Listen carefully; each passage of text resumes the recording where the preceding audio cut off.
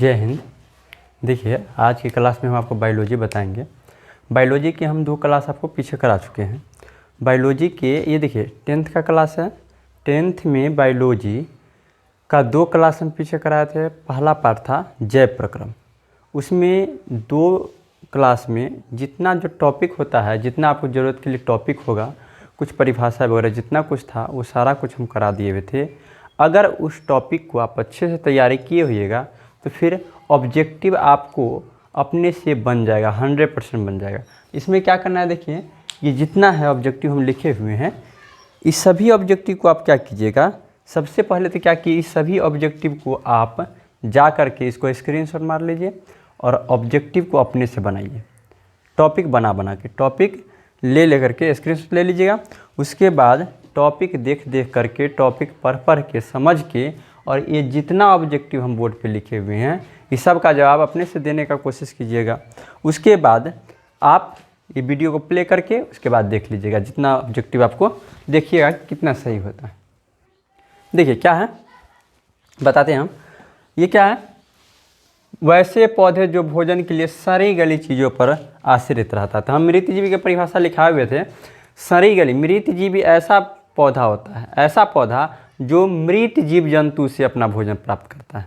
मृत जीव जंतु जैसे मरा हुआ पेड़ एकदम सड़ा गला चीज़ रहेगा, जैसे गोबर छत्ता से उग जाता है, तो वो सब क्या होता है, मृत जीवी होता है। तो वैसा पौधा जो मृत जीव जंतु से अपना भोजन प्राप्त करता है ना, उसको क्या कहते हैं, मृत जीवी कहते हैं। सड़ी गली चीज़ों से अपना भोजन प्राप्त करता है उसको क्या कहते हैं, मृत जीवी कहते हैं। उसका स्वपोषी पोषण के लिए आवश्यक है।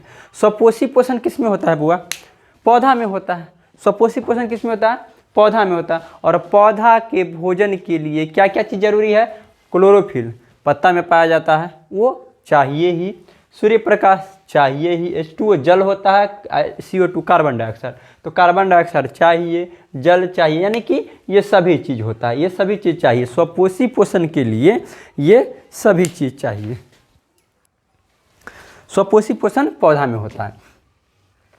अब देखिए इनमें कौन प्रकाश संश्लेषी अंगक है। देखिए प्रकाश संश्लेषी अंगक, प्रकाश संश्लेषण किस में होता है, हरा चीज़ में, हरा पत्ती हो या हरा तना हो पौधा का, तो उसमें प्रकाश संश्लेषण होता है। यहाँ दिया हरित लवक, तो इसका आंसर यही होता है। मतलब कि हरा जो होगा पौधा का पत्ती हो या उसका तना हो, तो उससे क्या होगा, वह अपना भोजन प्रकाश संश्लेषण की प्रक्रिया द्वारा अपना भोजन प्राप्त कर लेगा। पत्ती नहीं होगा बुआ, पत्ती नहीं लिख सकते हैं क्योंकि पत्ता सूख जाएगा तो उसमें प्रकाश संश्लेषण नहीं होगा, क्योंकि जब पत्ता सूख जाता है तो हरा कलर नहीं रहता है।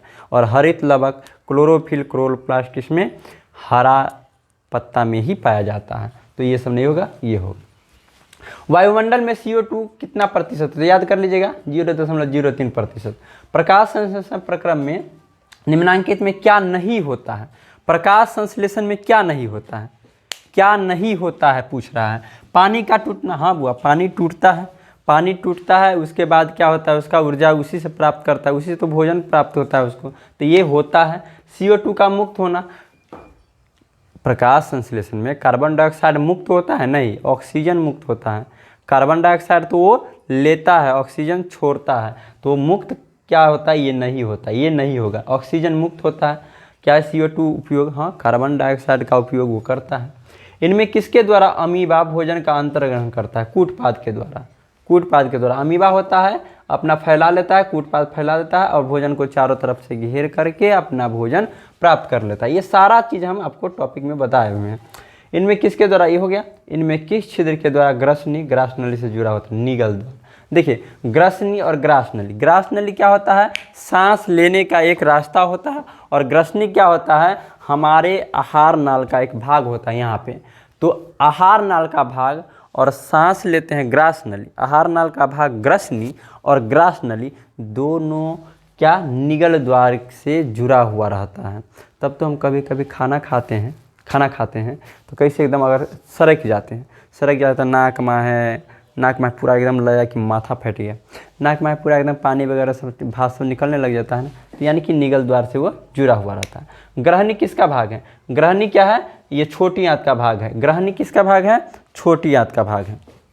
ड्यूडेनम, इसी को ड्यूडेनम कहते हैं। 3 भाग होते हैं छोटी आंत के, हम आपको बताए हुए थे। अब देखिए पौधों में वाष्पोत्सर्जन किन भाग से होता है? पौधा में वाष्प का उत्सर्जन किस भाग से होता है? तो पत्ता के द्वारा होता है। वाष्प का उत्सर्जन यानी कि जल का उत्सर्जन किस भाग से होता है? पत्ता के द्वारा। पत्ता में छोटे छोटे छिद्र पाए जाते हैं, उसी के द्वारा वाष्प का उत्सर्जन होता है। प्रकाश संश्लेषण में क्या प्राप्त होता है? तो प्रकाश संश्लेषण में जब पौधा प्रकाश संश्लेषण की क्रिया करती है तो उसमें क्या होता है? उससे ऊर्जा उसको प्राप्त होता है, तो उससे मिलता क्या है? ग्लूकोज मिलता है, ग्लूकोज। कूटपाद किस में पाया जाता है? तो अमीबा में। अभी जस्ट बताते। स्टोमाटा कहाँ होता है? स्टोमाटा छिद्र किस में होता है? पत्ता में भी होता है, तना में भी होता है, तो दोनों मार दीजिए, समझे? स्टोमाटा छिद्र दोनों में होता है। जीवाणु में कौन सी विधि है? तो जीवाणु में कौन सा होता है? मृतजीवी। जीवाणु में क्या होता है? मृतजीवी होता है। प्रकृति में ऑक्सीजन का संतुलन कैसे बना रहता है? प्रकाश संश्लेषण के द्वारा। प्रकृति में ऑक्सीजन का संतुलन कैसे बना रहता है? प्रकाश संश्लेषण के प्रक्रिया द्वारा। देखिए प्रकाश संश्लेषण के प्रक्रिया द्वारा ही पौधा कार्बन डाइऑक्साइड को ग्रहण कर लेता है और ऑक्सीजन को छोड़ देता है। अब कार्बन डाइऑक्साइड को अगर पौधा नहीं ग्रहण करेगा तो पूरे वायुमंडल में इतना प्रदूषण, पोल्यूशन फैल जाएगा कि संतुलन बिगड़ जाएगा और मानव पूरी तरह से क्या होगा? माने उसका रहना मुश्किल हो जाएगा। तो इसीलिए प्रकृति में संतुलन कौन बनाए रखता है?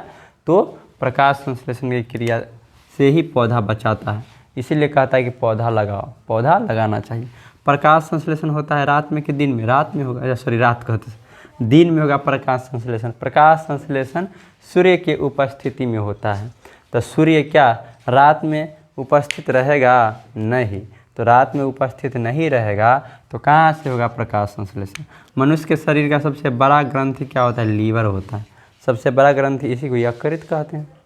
मनुष्य के शरीर का सबसे बड़ा ग्रंथि क्या होता है? लीवर होता है। इसको मिला लीजिएगा, हो गया। देखिए अब आपको पहला पाठ, जीव विज्ञान का पहला पाठ पूरी तरह से कंप्लीट हो गया है। अब हम अगला पाठ स्टार्ट करेंगे अगला क्लास में, समझे? इसको क्या करना है? आपको पूरी तरह से कंप्लीट करना है। एक पाठ को पूरी तरह से आपको कंप्लीट कर लेना है बस। अब बताएंगे अगला पाठ। तब तक के लिए जय हिंद।